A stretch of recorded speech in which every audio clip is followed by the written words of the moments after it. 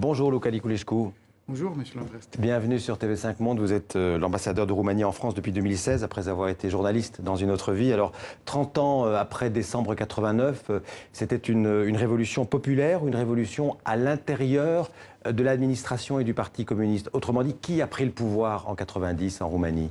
Tout d'abord, je veux avoir un mot et une pensée pour ceux qui sont morts en 89. Aujourd'hui, à l'heure où on parle, il y a une marche à Bucarest. Leurs noms sont projetés sur le palais d'où Ceausescu a pris son envol. Et je pense, pour répondre à votre question, je pense qu'une révolution se valide aussi par les conséquences qu'elle a eues. Et les conséquences, 30 ans après, c'est que la Roumanie est un pays démocratique, est un pays membre de l'Union européenne, est un pays qui connaît la prospérité. Et pour le reste de votre question, c'est les historiens et c'est la justice qui vont avoir la réponse. Oui, mais justement, on a l'impression que Ion Iliescu, dont il était question dans le sujet, c'était quand même un apparatchik. Il a réussi, certains disent qu'il a confisqué, qu'il a détourné la révolution au profit d'une partie du Parti communiste qui a récupéré le pouvoir.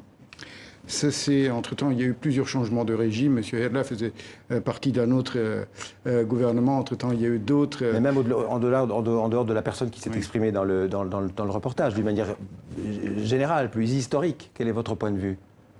Moi, à l'époque, j'étais jeune manifestant dans les rues de Bucarest et pour moi, c'était évident que c'était une révolte populaire. Personne ne nous a demandé de descendre dans la rue. On est descendu parce qu'on voulait être là. Alors, il y a eu des morts avant l'exécution de Ceausescu, mais il y a eu aussi des centaines de morts dans les jours qui ont suivi l'exécution de Ceausescu. Ce qui est reproché à Ion Iliescu, il y a son procès qui est en cours en ce moment en Roumanie. Elle va reprendre, je crois, au mois de février. Qu'est-ce qu'on peut attendre de ce procès, de celui qui a succédé à Ceausescu?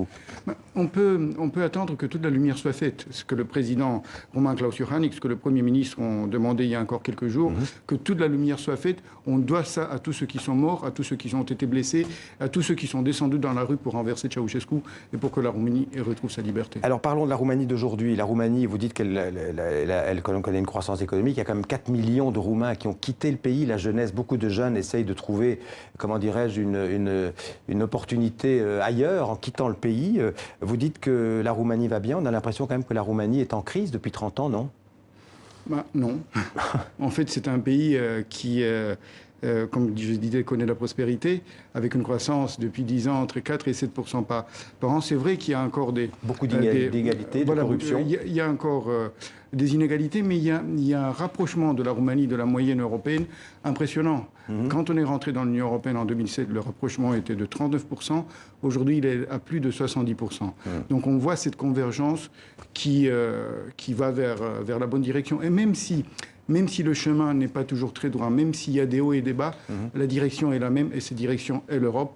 Et je suis fier que la Roumanie soit membre de l'Union européenne et qu'on ait eu une présidence de l'Union européenne si bonne en début de l'année. Merci Luca Niculescu d'être venu nous parler de votre pays, la Roumanie, et puis d'autres informations d'ailleurs sur les 30 ans de cette révolution roumaine sur notre site tv5monde.com à la rubrique Info.